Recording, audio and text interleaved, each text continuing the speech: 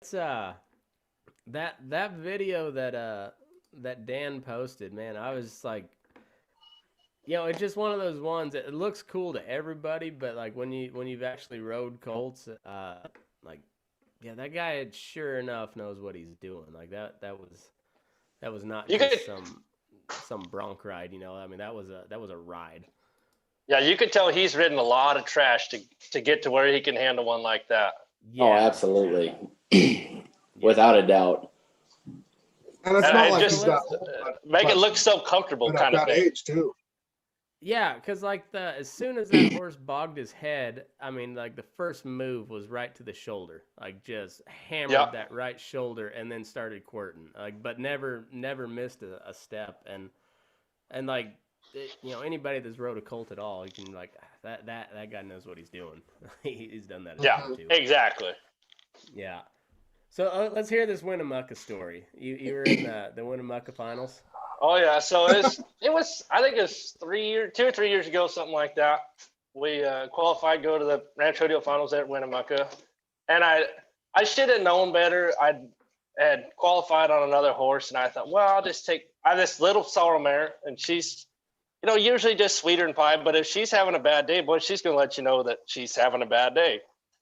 Mm-hmm. And we get there on Thursday night, and we just you're in Winnemucca, so you got to drink and have a good time and see kind of how many beers you can drink before the whole deal starts. And so I'm pretty hungover Friday morning. We're up in the slack there, and we're in the sorting up, get our two steers sorted off, and I thought, man, this is just going flawless. Couldn't go any better than this. And I kick my horse around, and I stand up, rope this steer up, and slick around the horns off the wall. Right when I sit down to go to the horn, this bitch just says, "Nah, we're not gonna do this today." And on my first event that I'm in of the first day that I'm there, this son bitch tries to buck me off, and then all I can think is, boy, I just whatever happens, don't fall off because I'll never hear the fucking end of it. So I kind of waller around up there, and I kind of get through it. And she's not really bucking, but I clearly had drank too much the night before, and I got cussed all weekend by my team for screwing us out of that deal from the very beginning. Oh, that's the shits. But I Uh, mean, I made a good video that everybody just had a good old laugh at, so you can't go wrong with that, I guess. well, it's always a plus when you become internet famous, ain't Exactly. it?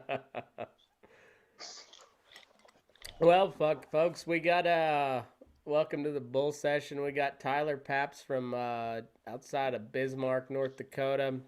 We got Parker Jordan, who's a California cowboy up in North Dakota now, and then Jake Nelson in the Central Valley of California. We got a bunch of Californians. Don't run off. These are the good kind. No, we're So, the good ones. Don't leave us. and yeah, we're just gonna talk some shit tonight. So you know, I I guess you guys are all first timers on popping the bull session cherry, but we don't have. Yeah. I usually don't have any sort of topic. We just I just like to talk shit. So uh, yeah, I don't know hardly anything about the Dakotas. So I know there's quite a little bit of cattle up there, and seems like there's some pretty wolfy cowhands up there. I mean, that North Country breeds them a little tough. It seems like.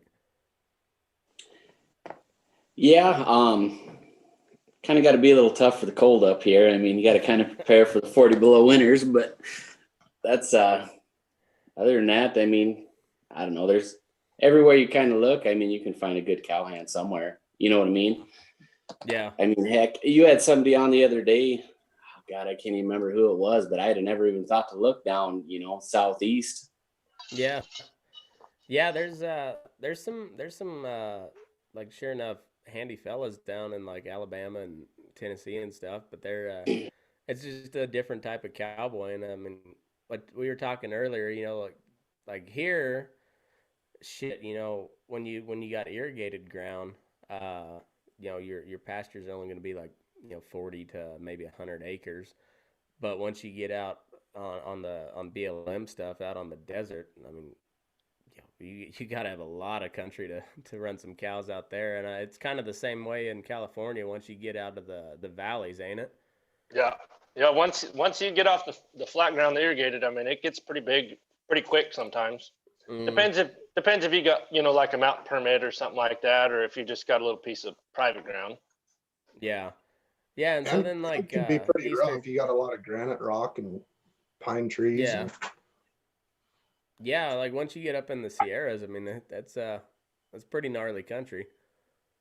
Yeah, no, I've never really been around anything much like that. I mean, closest to mountains I've really been to is sister and brother-in-law own a place out in Montana out there, and just going to kind of give them a hand, really. But other than that, it's Yeah, pretty much flatlander kind of.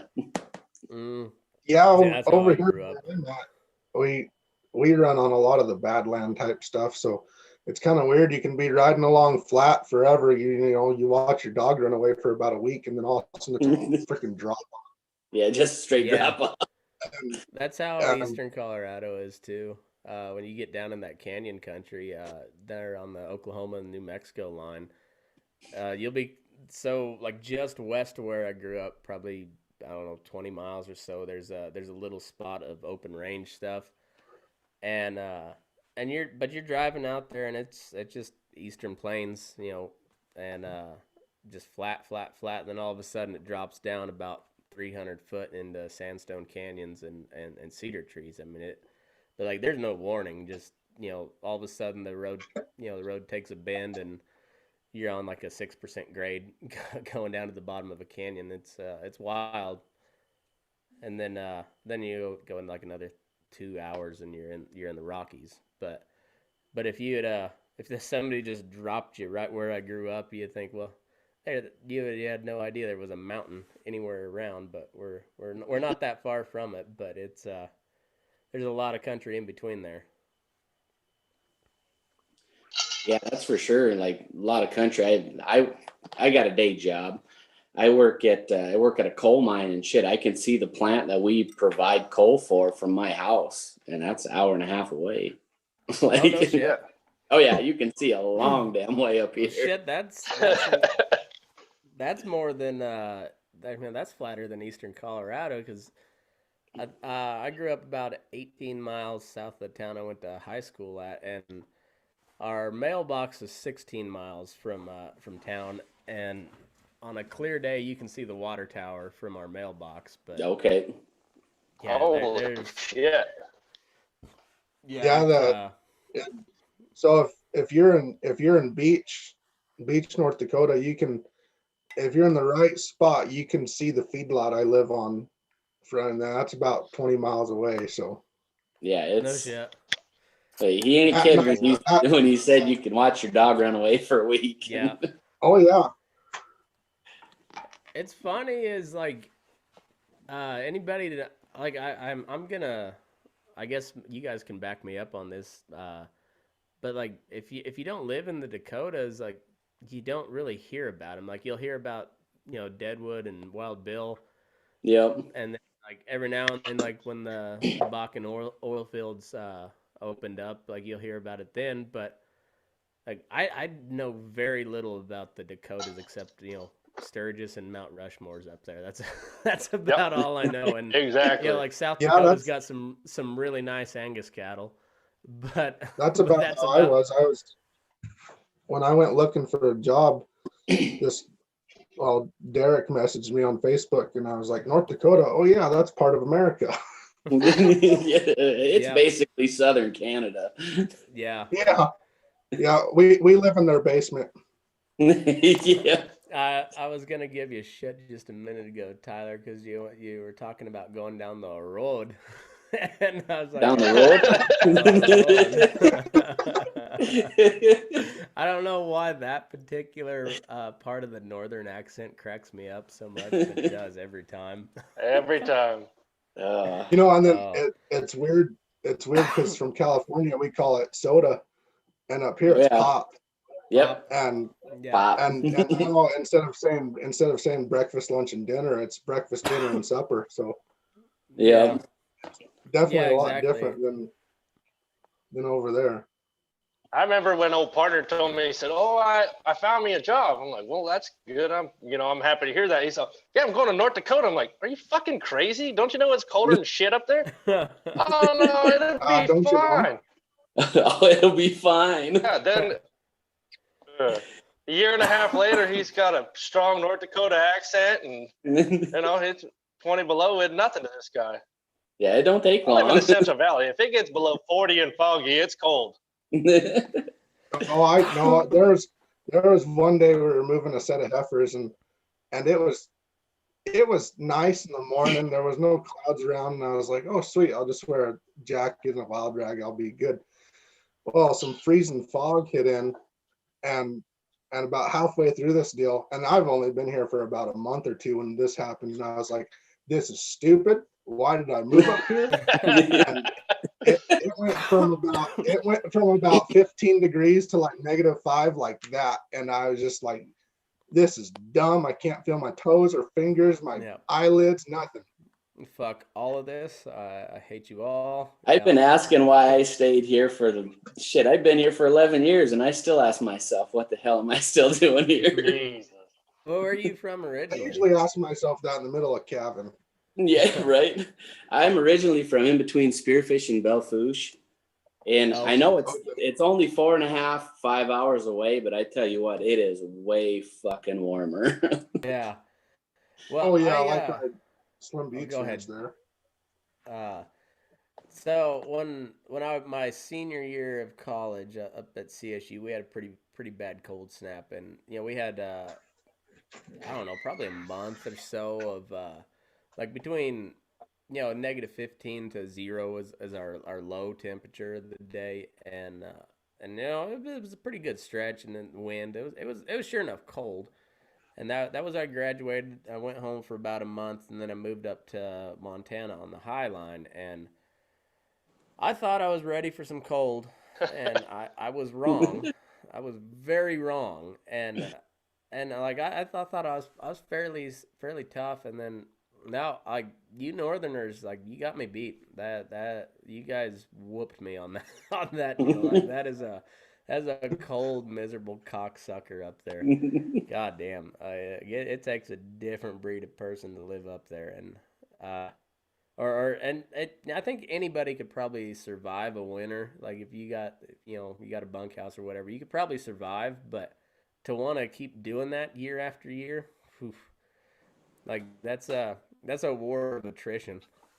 It definitely wears on a guy. That's for damn sure. Well, I noticed like those Highline Cowboys, like they wanted to fight all the time, and I kind of get it. Like, I'm not much of a fighter. I don't mind throwing down if I have to, but I don't go looking for it.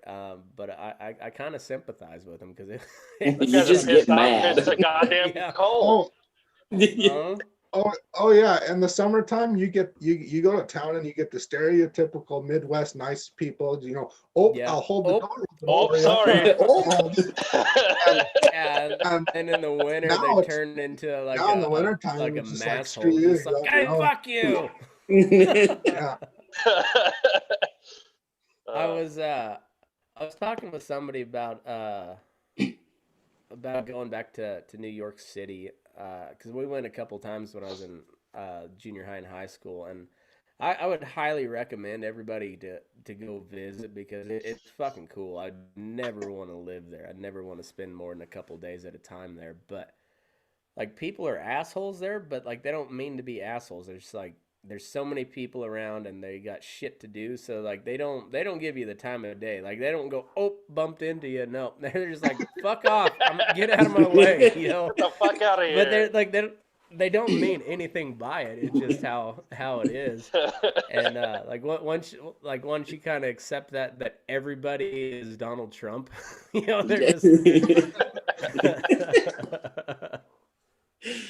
it's wild.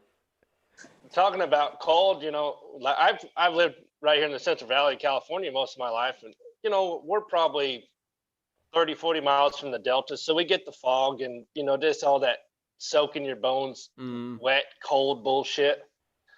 But I've been to Montana, and I lived in southeastern Oregon for a while, and it could be 20, 25 below and wearing a sweater, whereas if it's below 40 in California, holy shit, your fucking feet are frozen, your hands are frozen. You just can't get away from that wet cold, you Yeah, know?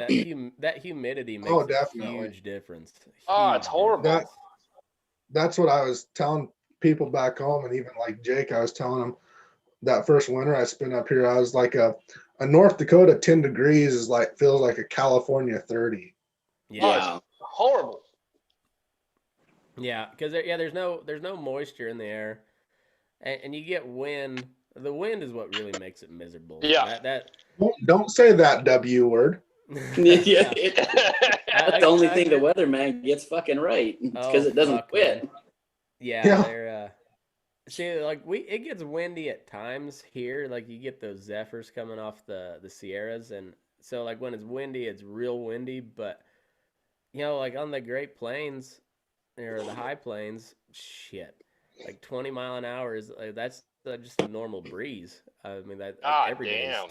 every day is 20 mile an hour, and like from like November to about April, there'll be weeks at a time, like a week, 10 days at a time, where you'll have 45 to 60 mile an hour sustained wind all day long, and you just Oh, no, thank you. you just kind of grit your teeth and duck your head when you go out the door and lean into it, because otherwise you're gonna have shit blowing in your face. You just look at the ground and push forward. That's about all you can do. God damn. Oh yeah, Hey. even in the summertime we can't open our windows well because I live here on this feedlot, but when it gets windy, it's even worse. You just Oh yeah. the whole house, you just as well, throw dirt in the house yourself instead of just open the windows. Well, it'll look like there's a storm building in the distance, and then it'll smell like fresh plowed dirt, and you better find shelter pretty quick because you're about to get sandblasted. It's the neighbor's topsoil. Yeah, Yeah. but you'll look and it'll be like on the plains, I guess it'll be about 30, 40 miles out there, and you'll just see a dark cloud building. You're like, we might get some rain, and then you get that whiff of dirt, and you're like, yeah, get inside. Yeah, I've got a neighbor about 5 miles away that when they were just starting to plant I think they're planting corn or something like that. But we had some wind come through, and you drove past it after that went by, and it looked like in the ditch, it looked like a snowdrift, but it was all their topsoil, all their seed and everything just blew straight off into the ditch, and it was nasty looking. It just looked like a big old dirt snowdrift. It was horrible. Yeah. I'd Then definitely you got be cutting hay in the ditch. Oh yeah, you got your north wind row that is just piled full of tumbleweeds in the winter, and then come spring and summer, they'll all blow to the south fence line. So you got a chance to fix your north fence during the summer, and then in the winter it's time to fix the south fence. Yeah, it's that wind does it literally drove people crazy throughout time. Like my mom was not a crazy person until the wind really started howling, and then she was kind of like she got a little edgy. When she wasn't having that walk shit. lightly when the wind, yeah, when the wind was blowing. Mama Jan was not happy, so you just walked carefully. You came home from school and just went straight upstairs and started reading the Bible. So you didn't get mad. Oh. Yeah, that wind's pretty tough. Yeah, those I don't know. It's weird how I don't know. You look at how people settled the country. Like back in the day, like Kentucky and Ohio, like fuck, they're just fighting Indians every day trying to grow corn, but they had no way to get it to market. So like fuck, we'll make some moonshine and that's how we're. But like that, nowadays that's back east, back in civilized countries, Yep. shit. But back in the day, that was Kentucky was the frontier, Ohio was the frontier, shit, Illinois and Wisconsin were were the frontier at one point, and now. But then it's like once the train was invented, then all of a sudden, like, there's Missouri and California and everything in between. They're like, we're not sure what we're gonna do with this yet, but this is ours now. And so there's like a bunch of cattlemen with some money, and they're like, all right, well, we're gonna use this, and then bunch of settlers started moving in. They're like, hey, fuck you, we already have this. And they're like, well, Get the fuck out of here. And they're like, well, show me a deed, and they're like, we don't have a deed, but this is ours. Fuck you. And then you got range wars, and it's weird how it all worked out. It's weird, and now I don't know. It's kind of the same story even now, but it's all settled. It's I don't know. It's weird. It's weird how like different groups settled here and there, and how it worked. Like Texas is supposed to be like, if you listen to the media, like that's the most wide open Wild West state there is, and you're like, fuck, Texas is 99% privately owned, and shit, they've got way more restrictions on a fella than say Arizona or Nevada or something like that, and it's weird. It's just weird how the West all ended up, and then like hell, the Dakotas they were the frontier for a long time until they pushed the Indians out of there, and then Yeah. it was Yeah, there's I'll go ahead, Parker. there's a bunch of Ukrainians up here. I know if you listen to the radio, I don't know what time of the day it is, but some kind of Ukrainian radio program comes on, Oh no shit. and it's some kind of program that it's in Ukrainian, and I don't listen to it, but they sing it in Ukrainian and everything, and So Yeah, the Ukrainians are you guys as Mexicans? yeah. That's your cheap flavor. Oh, there's well, yeah. and like in Dickinson, I've never seen there's so many people from South Africa. Really? Oh, Really? well, we've got just down the road from us there, we got University of Mary, and Jesus, they recruit like crazy. Huh. I mean, they're all over. Do you get most of those South Africans come over on those custom harvest crews or what? Yeah, you see a lot of that around here, like in South Dakota too. And gee, let me tell you, those fuckers are crazy. Yeah. Yeah, I kind of fell into it was actually the Fort Collins men's rugby team through the South African guy that I worked with, and so I'm just wet behind the ears kid out of Baca County, Colorado, 18 years old, go up to the big city, and this South African guy worked for the same company. We were just contractor type deal. I painted houses and stripped shingles off of roofs, and this dude he was a rugby player, but he was also he was CSU. He was a punter for CSU, and he's like, you look kind of athletic, and I was like, oh, not really. I'm really. He's like, well, why don't you come check out a rugby practice? And I was like, well, all right, I've never seen rugby, but I like football, so I'll go watch it. And it was pretty cool. I didn't understand a fucking thing that was going on, except they were all beating each other up, and well, it looks kind of cool. And then they like, well, let's go out for drinks, and so we went to Hooters, and it was back when Killian's Irish Red was the like the fancy beer. So we were drinking pitchers of Killian's Irish Red and just baskets of wings, and I puked all over his pickup. Those fuckers can drink. they can fucking drink.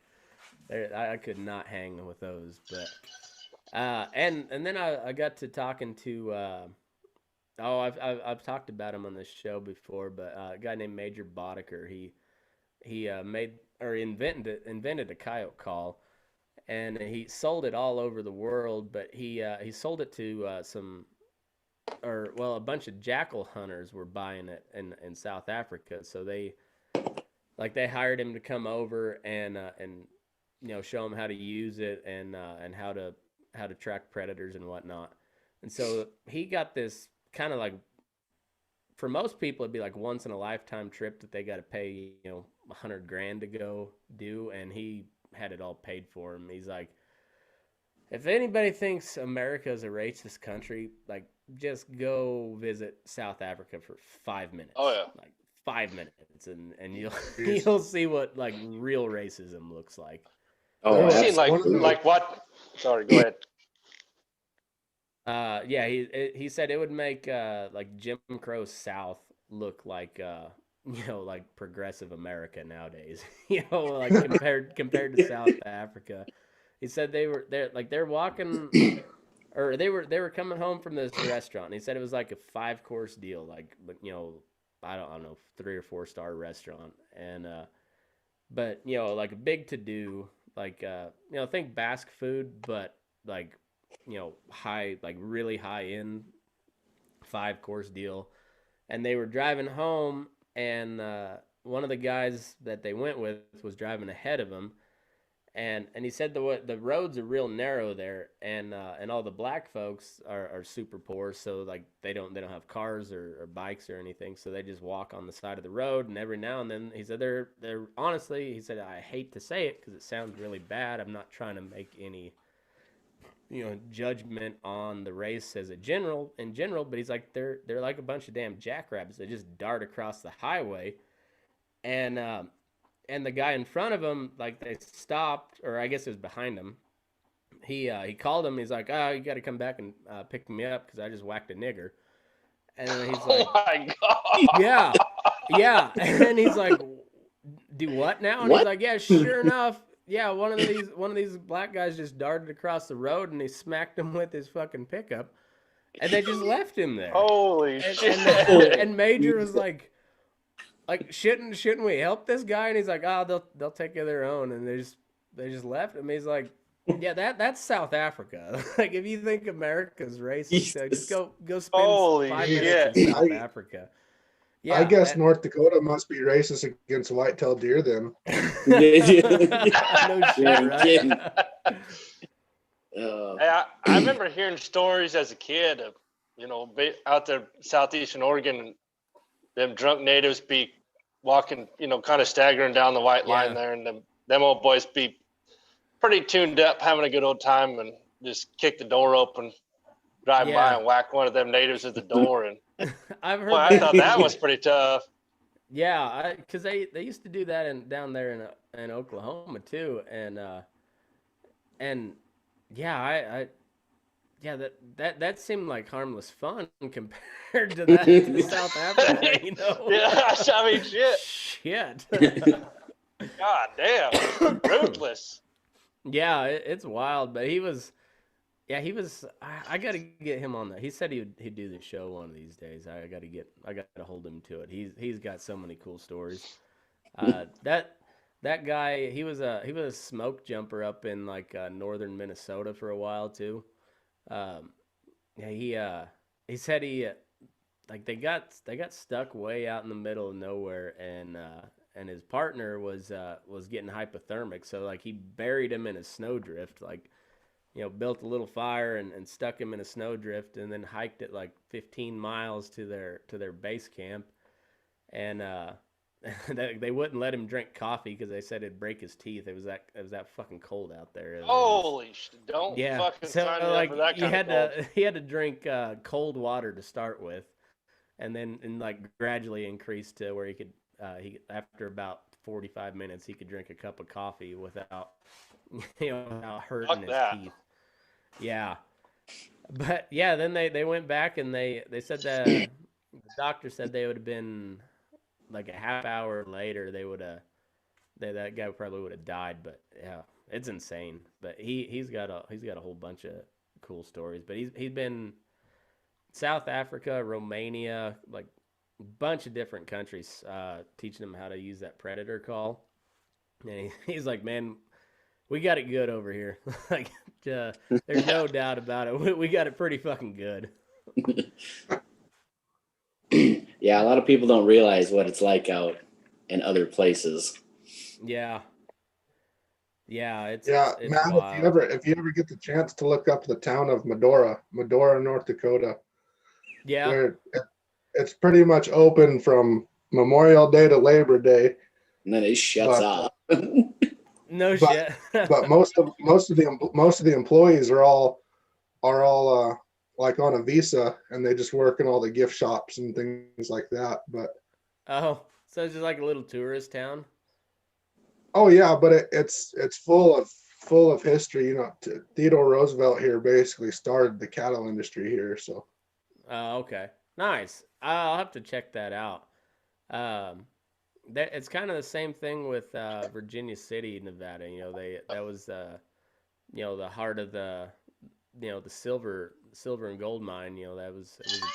Virginia City used to be like just as like almost as big as San Francisco back in the day, and then the Comstock load petered out, and then They but said, now it's "Fucking see ya." yeah, pretty much. But like Mark Twain used to live up there, and like I think at one point they had about 50,000 people up there. Mhm. Now it's they play 8-man football for their high school. I mean, it's a tiny little town. Um, but the whole town is on the National Historic Register, so every single place in town is a historic landmark. It's pretty wild. I mean, that's pretty damn cool, really.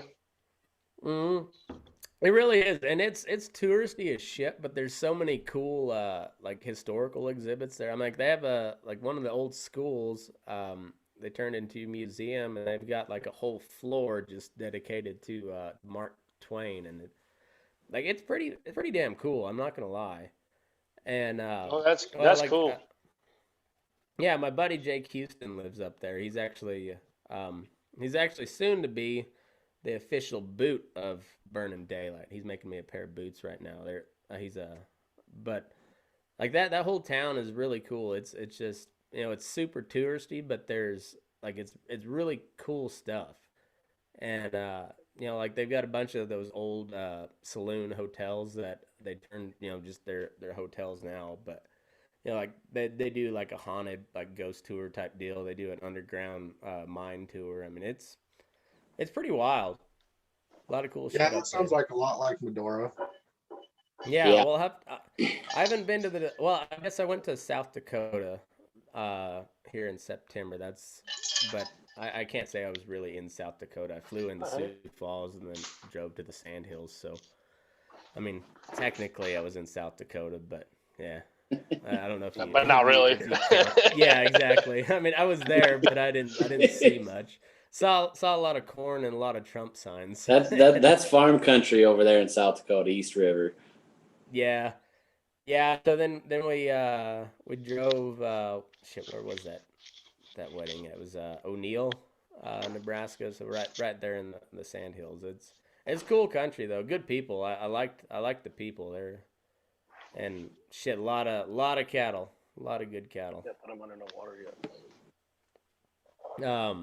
So how did I guess, and you Jake and Parker, you're both from the Central Valley originally. Yes, sir. Yep. Nice.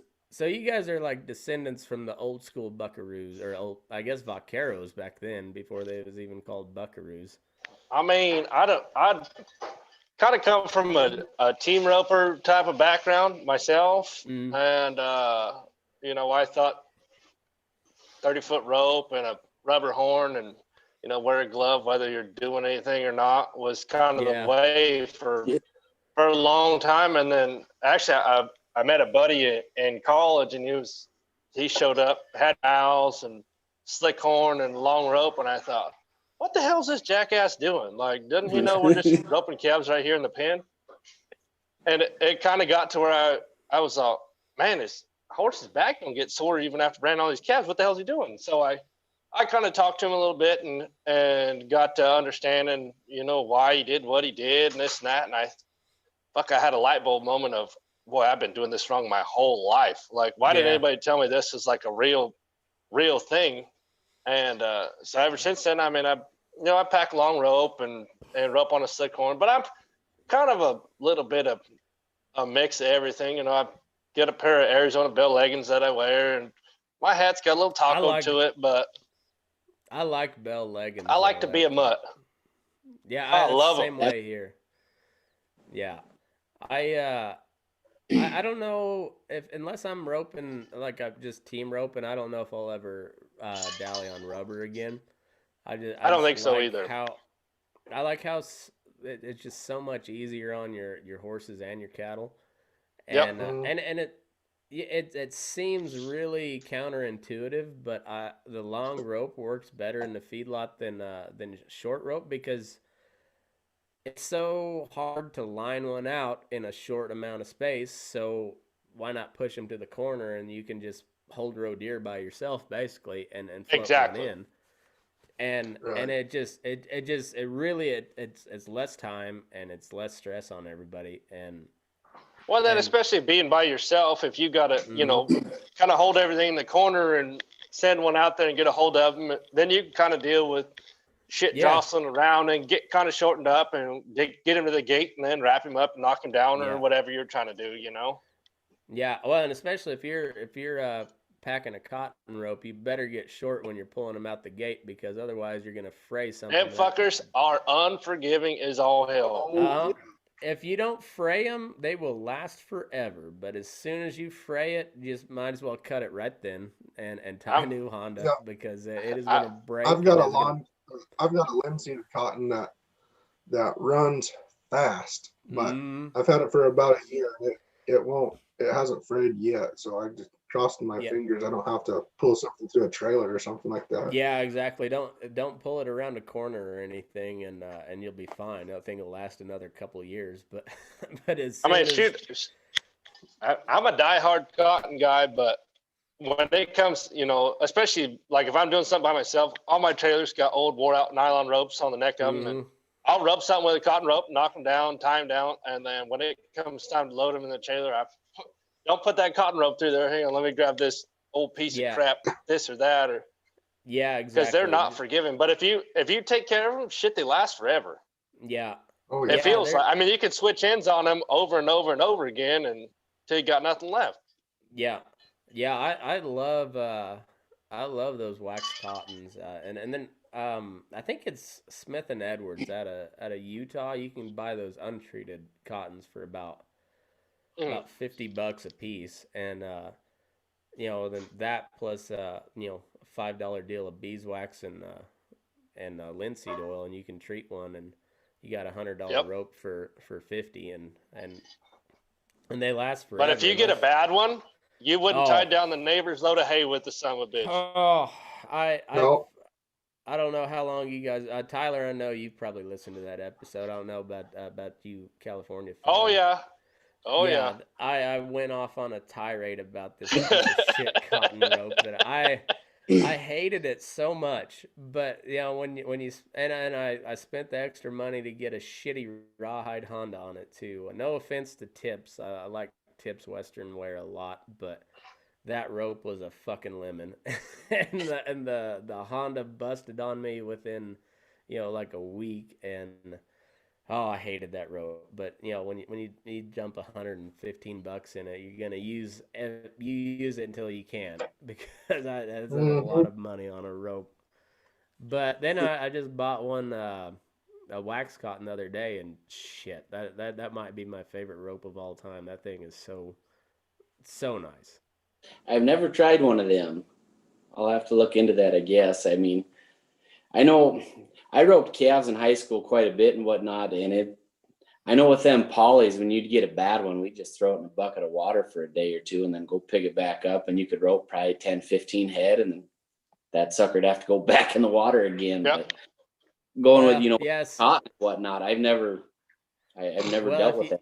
If you don't treat a cotton and you dump it in a bucket of water, it's gonna mildew before too long. and no, it just it's just like any other rope. You get a lemon, and then it's just not worth a fuck. But Yeah.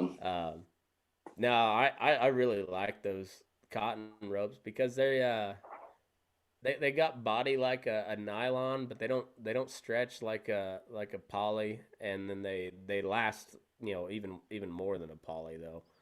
Oh, really? Yeah, Well, as long as you don't fray, like if one of your strands frays, Yep. that thing's done. Just cut it right there and tie it to a Honda, and you'll be way better off. I had a brand new one this spring that I was all excited to crack out, and I took it, branded some calves with it, and had a cow get out, and I thought, well, I'll just run her down across this cornfield and rope her and get her back home. And I kid you not, I roped this son of a bitch. As soon as it come tied around her neck, she jumped the fence and I dallied at the same time, and it broke that fucking rope. And that Honda, I guarantee you, went 40 feet, and I ain't lying. And I was all, fuck, there's $110 rope right there, just cut in half, gone. Yep. So they're not very forgiving, but if you treat them right, boy, they will last a long time. Mm. Yeah, and they're good. On like I keep trying to tell all these like especially all the punchers that either tie on or dally on rubber is, well, if you buy a buckaroo rope, it's gonna last longer, and you can cut it in half, and you have two ropes. Exactly. When you buy a 60-footer, you cut it in half, tie a new Honda on it, and you got two ropes, usually for cheaper, and they're ranch ropes. You don't have to buy, like, I love a classic Spider. That's probably one of the best feeling ropes of all time, but they don't last worth a fuck. I mean, No. if you rope 15 kebs in a Brandon pin, that thing's pretty well going to be played out. And and the some bitch costs $50 now. exactly. Oh, absolutely. You can buy a 60-footer for $75, and you'll get 3 times that at least on one half of it if if you're cutting it in half and making two 30-foot ropes out of it. Yep, exactly. That cut it in half and buy a $2 speed burner, you're set. Yeah, exactly. Yeah. Or you go over to Nick Allen Loot and buy a Honda, and and no joke, like, he's a buddy of mine, and he sponsored the show, but that kid can really fucking braid. Like, Oh yeah. For a guy that has I was gonna order a Bozell from them here after Christmas. Hell yeah, dude. He and then he went down to that rawhide braiding clinic down in somewhere in Texas here, and then he's like, oh shit, I've been doing a lot of stuff wrong. And then he showed his first Bozell versus the one that he just finished up for Jesse Stetson, and fuck, dude, like, he's gonna be a pretty big name, I think, before too long. That guy can fucking braid. I was just messaging awesome. him about some Christmas presents today. He was Hell all, yeah. well, what do you want? And I was all, fuck, I don't know. Just fucking build this. He was Something all, cool. all right, do you want this or that or what? And I'm like, yeah, just tell me what it costs. I don't care. Yeah, I'm the same way. Like, well, like that Matt Wilson guy, he makes, like, I won't say, like, he's not the most, like, technically precise on his engraving, Mm-hmm. but he'll sketch something that's so fucking cool. Like, I got that dinosaur bit. Yeah, I love And, that little bit you got. Yeah, it's so cool. And then he made one that's like it's got like a flying saucer, but it's on a spade bit. For some And that guy Hawaiian bit he made is awesome. yeah, like that, he makes such weird, cool shit. Like, Well, that snaffle bit you just got, I was getting ready to say I'll take it, and I was like, shit, Matt beat me to it. My wife I was wondering who got that son of a bitch. I should have known better. I saw it, hoping that nobody else had seen it yet, and so I saw it, and I was like, that's fucking cool. I've been wanting them to build me something too, because like my taps, they've got a peace sign engraved on them and everything like that. He's all over that stuff. I said, make something that looks like a Grateful Dead album. Oh, dude, he will make something just wicked. Like, that's the cool thing about him, is like, he might not have, like, Scott Hall is one of the better silversmiths out there, and everything is like technically precise, like geometric and everything. And Matt Wilson's might have some flaws in his engraving everywhere, but it's just fucking unique. It's cool. The dude's kind of off the wall like us. So when you say, hey, I want a vaquero on a dinosaur, he says, all right, here, I'll send you something real quick. And boom, knocks it out of the park. Yeah, I need to talk to him. I'm gonna I need to do that before too long. But I want him to sketch that bit of mine. I want to make a t-shirt out of it, just a vaquero That would be staring down a badass. T-Rex. Shit, yeah. Yeah, yeah. It's I don't know. And honestly, not to toot my horn, but like this whole deal has turned into just like finding people like that, and there's just so many cool, weird people, within the cowboy community because I don't know, you got to have a little different mindset to want to get paid less than everybody else to do way Yeah. more fucking work and not be appreciated for it. But it just there's something about it that And you love, For and to pencil down to $3 an hour, yeah, work your ass exactly, off. oh yeah, and exactly. you ride a saddle that's worth 5 months of wages. Yeah, no shit. Yeah, and then if that thing breaks, well, fuck. you know, you're on the Facebook horn finding the cheapest Coriani you can find until your good saddle Exactly. gets repaired. And we're like, well, fuck. I bought a highbrow cat colt, but I'm not going to eat for the next 3 months. But Yep. or or do I just go ahead and spend $200 and buy a shitter and hopefully it works out? Yep. I've It's been riding paracord makeshift stirrup leathers in my saddle for longer than I'd like to admit to because boy, that shit's expensive for a guy to go out and order a new Fuck saddle yeah, it or anything like that. Mm. Fuck it. I mean, it adds up real fast to go make $125 a day if you're lucky. Yeah. That's Well, a lot and of these I don't know, like, young guys around here. They don't realize. Oh, I'm gonna make so and so said they pay me $100 a day. Yeah, but you got to start your pickup, pull your trailer, feed your horses, feed your dogs. I mean, mm, it's the most underappreciated, underpaid occupation I think there is out there. But for those people Buy Absolutely. like me who $120 really rope. love it, yeah. I mean, you got to do it because you love it. Because you damn sure ain't gonna make any money. It's probably gonna cost you money every day you go do something. Yeah, exactly. And Mhm. I've had that discussion with people before. They're like, "Oh, I can go get a job at this feedlot, and and it seems like it pays all right." I was like, "Well, be ready to work. I mean, honestly, like if you're ready to work, it'd probably turn out okay. But if you don't love it, you're gonna hate it. I mean, if you don't like taking care of cows and saddling up at daylight or before daylight, And not realizing them cattle don't take a day off. There no, ain't and then no, oh, I had too much fun on Friday, so I'm not going to work on Saturday. Them fuckers got to mm, get taken care of. they don't give Absolutely. That a and if you have fuck that and if you have that a it's ranch job, Christmas. there's times of the year where a cow just has to be a cow, and you might be stuck in a dump truck for a couple of weeks or Mm, something like that, or That's unless you all do part just have of a it, though. riding job. I mean, yeah. Well, and if you do anymore, I mean, you're working for a big corporate outfit for the most part. Yeah. If you're going to be strictly a horseback, and then you got all And that bullshit to deal with too, and and it's 9 times out of 10, if you got just a strictly riding job anymore, you're riding pins, and that's what you're doing. Yeah, you're yeah, horseback every day, but you're riding pins, and I mean that didn't work for me, and it don't work for a lot of people because yeah, guy gets a little confined and can't take it too long. yeah, and you're gonna smell like that the rest of your life. I got to yeah. pick up. I work for a pretty big feed yard here in California that I don't feel like I should say their name, but I mean I worked there for 2.5 years, and I got to fucking pick up. You started to turn the air conditioner on, somebody smells like it was there yesterday. Mm, yeah, yeah. I made a lot of Especially, I made a lot of really good horses there, but boy, that was a little too much pipe for me surrounding yeah, me.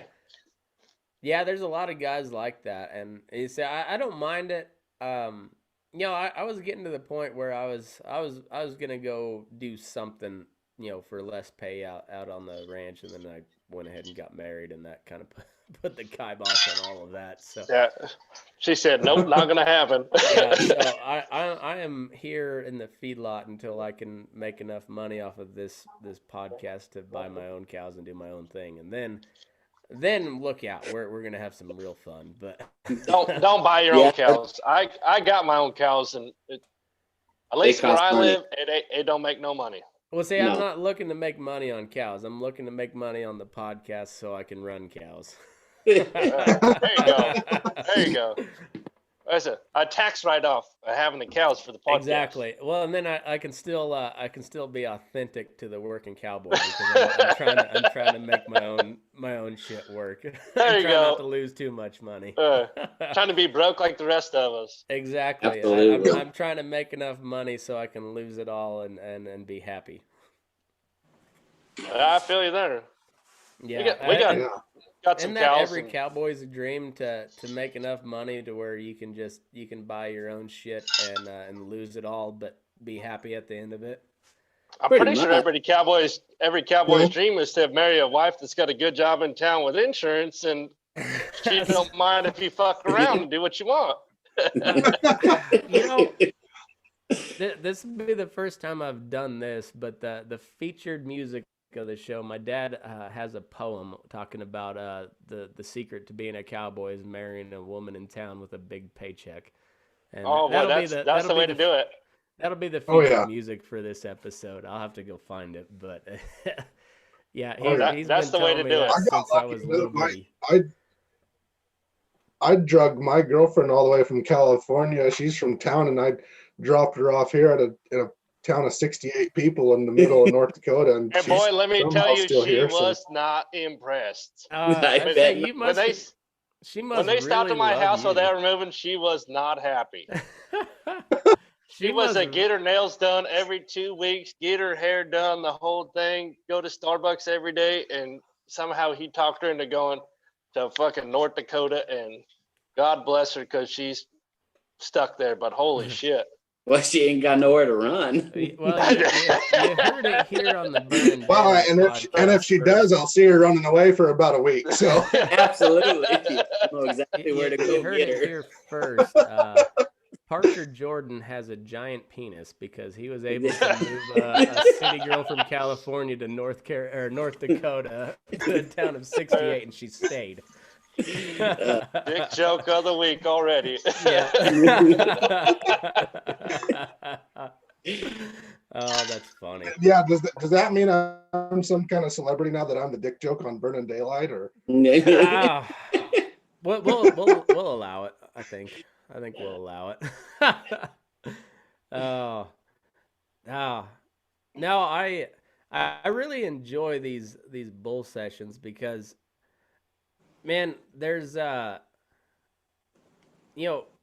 guess the cowboy world's pretty damn small until you like when I started this thing, and then like people started following the page, and like now I've got 13,000 people that follow the Facebook page, and I was like, holy fuck, I didn't realize there was that many people that cowboyed or like new cowboying, and it's wild, but it's a small world for all the people that follow.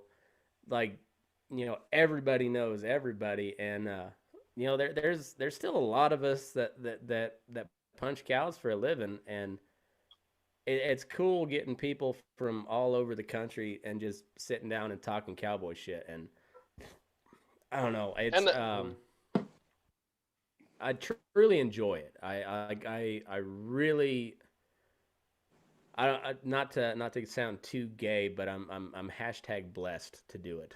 Hey, Hashtag no homo. the fact that it stayed so authentic, I mean, you're talking to people all the time that are like really in, whether they're on the retail side or on the racing side or riding colts or whatever. There's always somebody that is from probably some little shithole town and God knows where, and it stays feeling real. There's no, well, okay, well, that was cool for a while. No, it's fucking stays to the core all the time, and I dig that. That's why I keep listening. I won't call out any names, but I think you guys know who I'm talking about. I talked to a gal that was, like in a competition or something. That was the lamest interview I've ever done.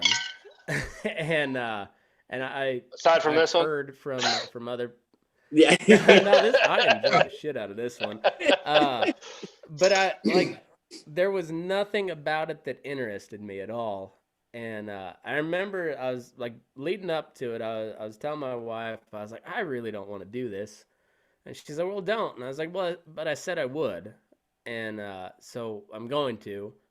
Yeah. But I don't have to be excited about it. And I said, I'll try to make it as best as I can. But like, there was just nothing about it that I wanted to talk about.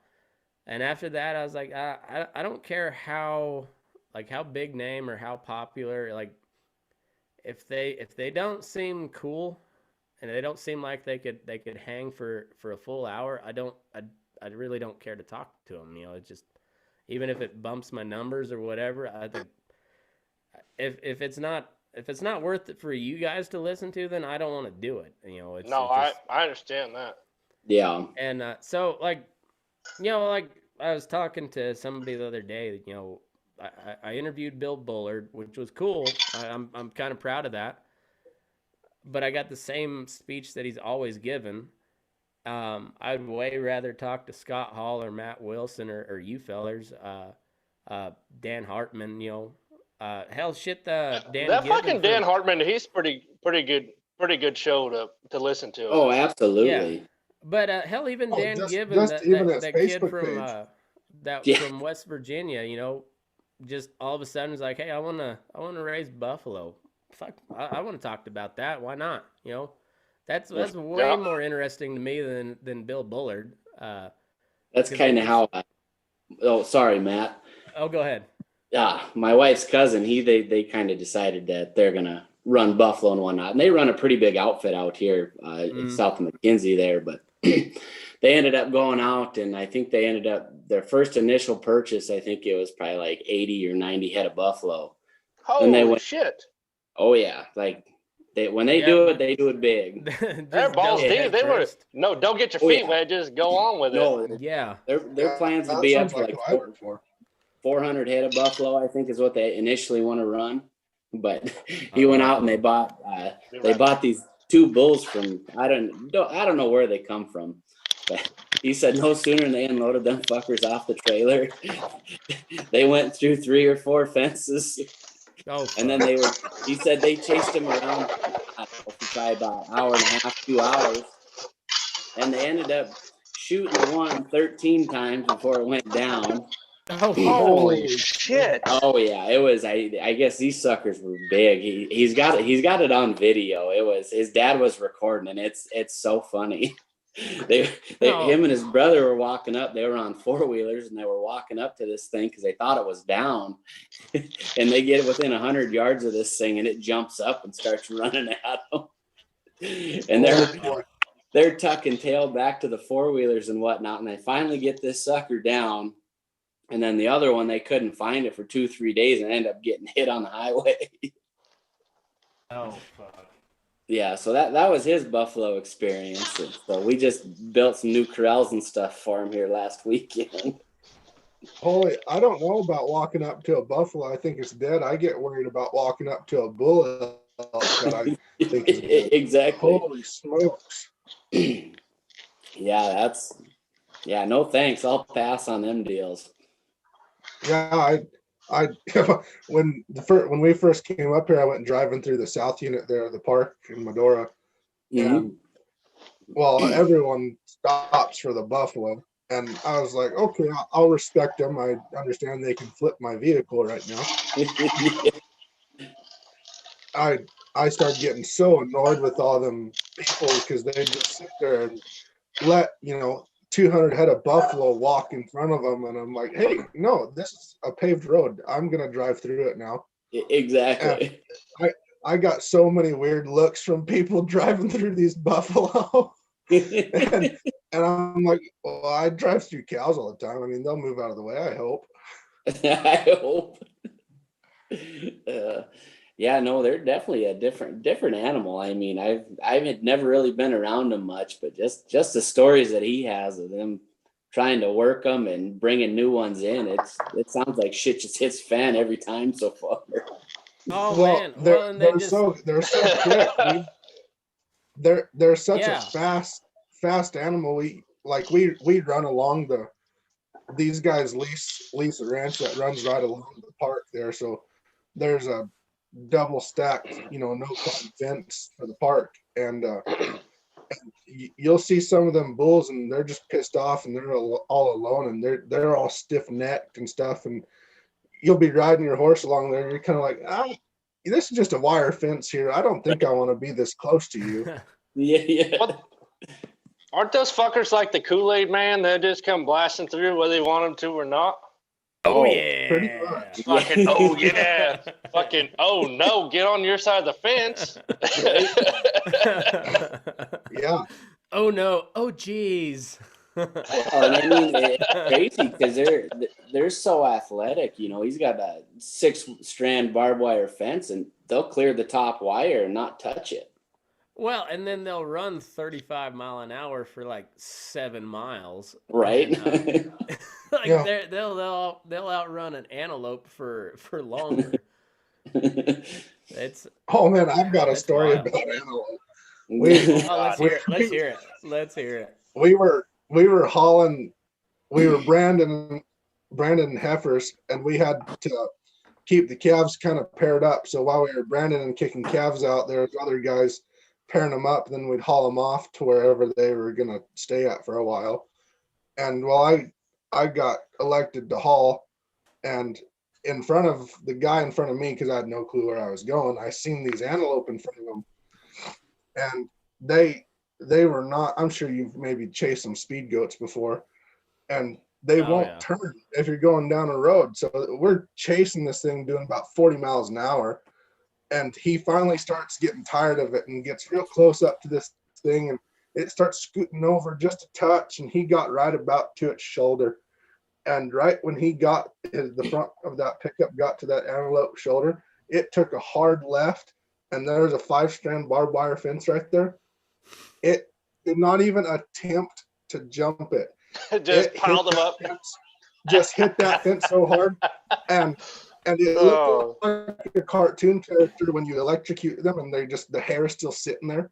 All that winter fur just came off of it all at once, and you just see this ghost of an antelope, and we were laughing so hard. Well, that little thing don't have to shed off this winter now. Oh shit! I thought you was gonna tell us some wild cow catching stories there, partner.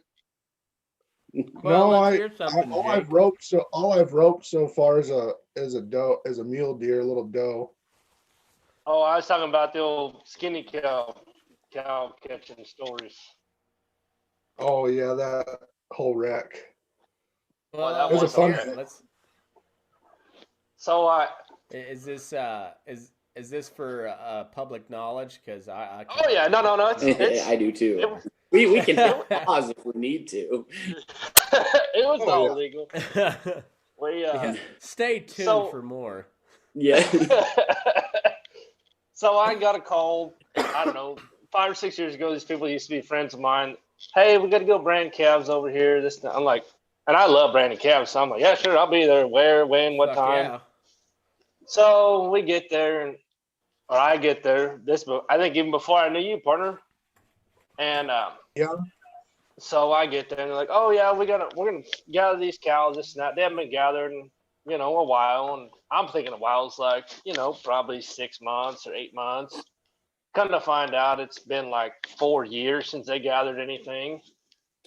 So I get there, I'm like, all right, so never been here. I don't know this pasture. They're like, all right, just trot down this creek, and so-and-so's going to go left. You go right, just gather the back half of this ranch, and we'll just come right down the creek, and the cows go right down this way. And so I'm like, oh, I mean, this fucking sounds easy enough. So I just trot along there, and and I jump a big old set of cows. I'm like, oh, cool. I got like 40 cows here. They said there's only 60 cows in this pasture. I'll just take these to the crowd.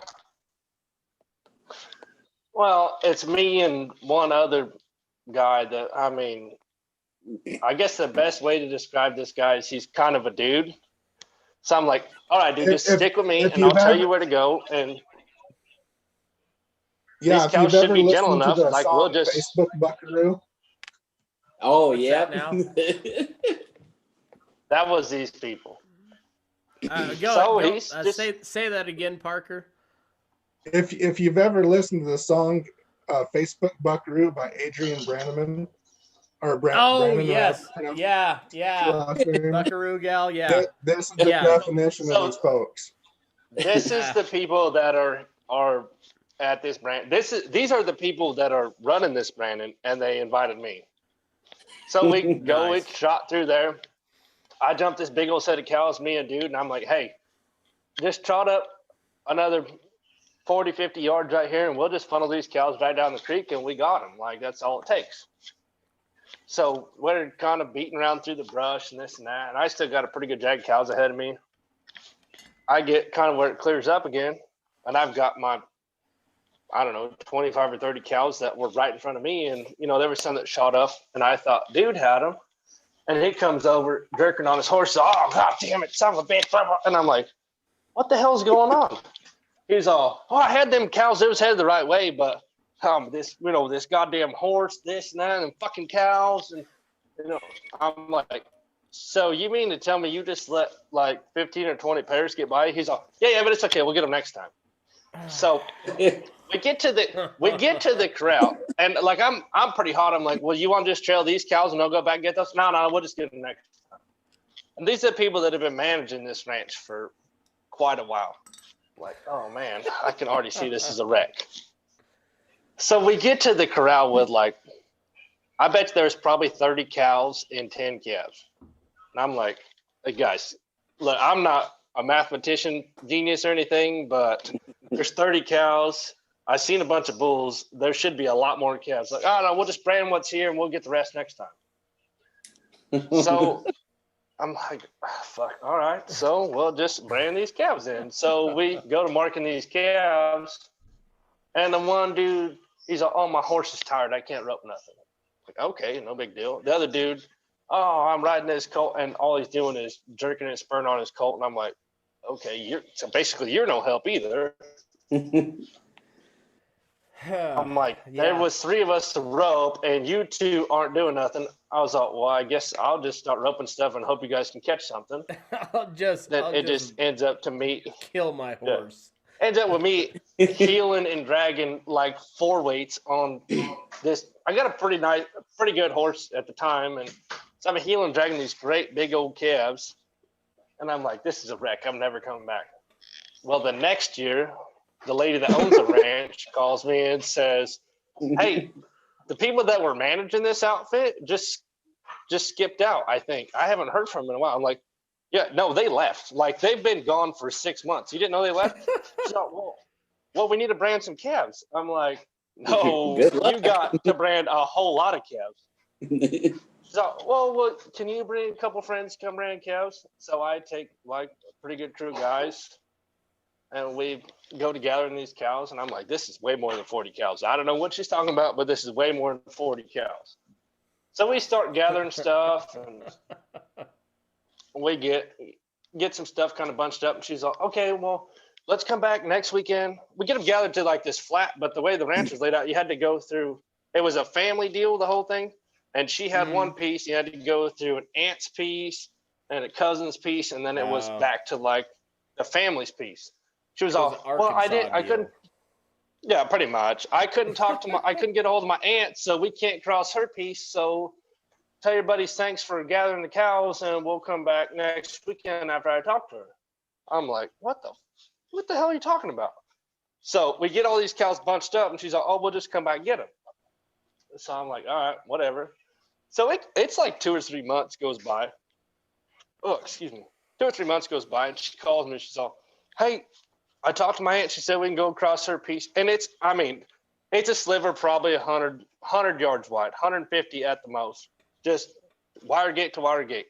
And I'm thinking the whole time, like, why can't we just say fuck it and just on a fucking 2,000 acre ranch? Why can't we just go across this little 100 acre or 100 yard stretch right here? Oh no. So she calls him back. Hey, I got to brand those calves. I'm like, well, it's going to cost you this time because I got good help last time and we didn't do nothing. I said, it's going to cost you. Okay.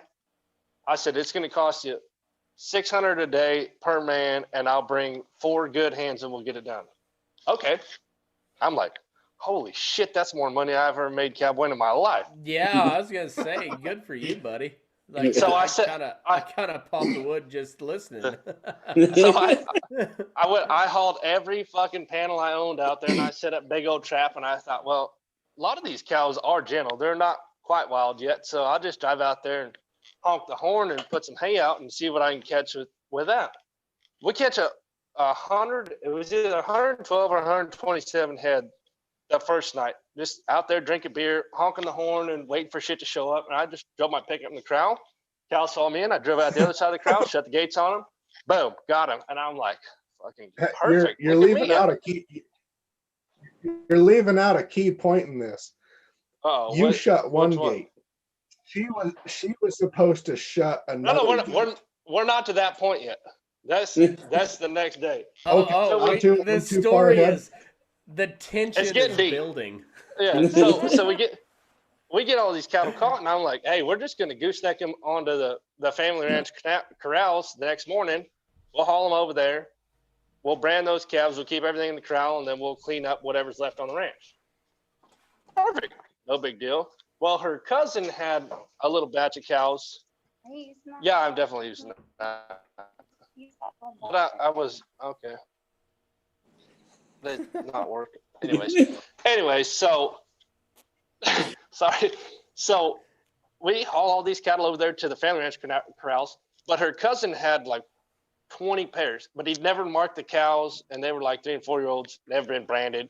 They got yearlings and baby calves and the whole deal on them. So I said, okay, go over there and shut that gate that goes out to pasture. I said, shut it and take this tie string and tie it shut. Oh no, I already shut it. It's good. We're good. I tied it shut. It's shut. I'm like, all right, cool. So we get done hauling everything over there. Tell everybody we'll come back tomorrow and kind of clean everything up. Get there the next morning, and I shit you not, out of all the cattle we put in the corral, there was not a fucking one standing in the corral anymore. And I'm like, no, there wasn't one, but there was one that was dead. Oh yeah, there was a dead one in the corral, but nothing we had hauled in there other than the dead one was left. And I'm like, son of a bitch. All right. So I'm like, so we go and gather, and then her cousin was, I mean, to say the least, a little sketchy.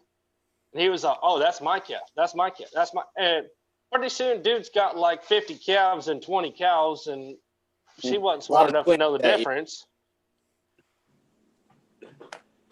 It's like, all right, well, this is into an interesting situation. I think I took 3 months. She paid the first 2 weeks, she paid $600 a day for everybody that helped me. And then after that, it was like, I can't afford to pay you, just whatever you catch, do whatever you want with. And I think it took me 6 months to catch all like the truly wild cattle off that deal that had never seen a man before. There was one 5-year-old bulls, all kinds of shit. No, yeah, there was like, I don't know, probably a 6-year-old steer. I've got a picture of him. I'll send it to you, Matt. There were 2 of them. They had some kind of, I mean, the names weren't probably not the best to say on the old Facebook Live, but they were great. Oh, no, that's fine.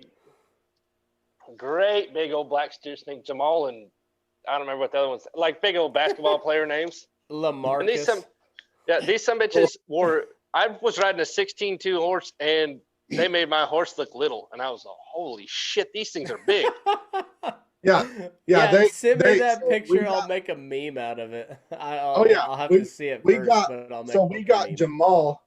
We got Jamal now tied down, and we just got his front feet hobbled, and he was still trying to travel pretty good. And I'm on my little appendix gelding, and can't pull down a piece of tin if he wanted to. And yeah, they're like, all right, just catch a back foot and keep him where he is, because we're gonna go get a trailer. I'm like, oh great. And this drug that poor horse of partners everywhere. This big old black bastard is pulling me everywhere around this place. And with his 2 front legs crossed and tied down. Oh, that's awesome. Huge. We took him to town, and he towered over every pipe fence at that sale barn. Oh. He weighed like 1,800 pounds, but he was probably, I mean, he was built like this. I mean, just not an ounce of fat or meat on the son of a bitch, but just a big old just rangy, just nasty. made Oh, he's fucking just terrible. made to run and be a cocksucker. Oh, yeah, and you couldn't shoulder into him because he just puts his head over your horse's neck, and you're like, well, fuck, I guess I'm either going to stop or you're going to end up on top of me. Yeah. I had a little fuck, what did she weigh? She was 456 pounds, Holstein heifer. Try to shoulder over my horse today. It was pretty comical. I haven't brought my GoPro in a while because I lost the cover to my like the battery cover on it, and then I got one here like 2 weeks ago, so I have a full set, but I haven't taken it to work. That would have been a good one because she just like jumped into my little yellow mare's shoulder and then rolled, and I stopped and laughed. It would have been a great video if I would have caught it, but like I can't imagine, like because what do you say that sucker weighed, like 1,600 pounds probably? Oh, when he went across the scale, he weighed 18 something. But I mean, Yeah. just and there as a railboard. Can I you mean, he was. Yeah, I mean, you get something like that wants to try to shoulder check you. Fuck. When they can they can put their head over your horse's neck and Yeah. try to go the opposite direction, it gets Yeah. real western real quick.